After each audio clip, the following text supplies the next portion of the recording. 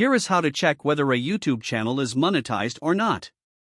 First, visit the YouTube channel you want to check. Okay guys, so Next, you need to copy the channel URL. So, click here to copy the URL of this channel. Once it's done, you need to visit this website. I will also leave a link of this website in the video description. Here, you only need to put the YouTube channel URL, and within a few seconds, this website will check this channel and tell you whether it is monetized or not.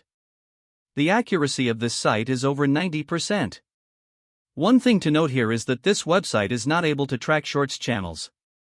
Which means that if you want to analyze a YouTube Shorts channel, then this tool might not be helpful to you. Alternatively, you can use this Chrome extension to check whether a channel is monetized or not. You only need to add this extension into your browser. Now, let's check whether this channel is monetized or not. And good afternoon. So, click on this Chrome extension, and then click on this Check This Channel button.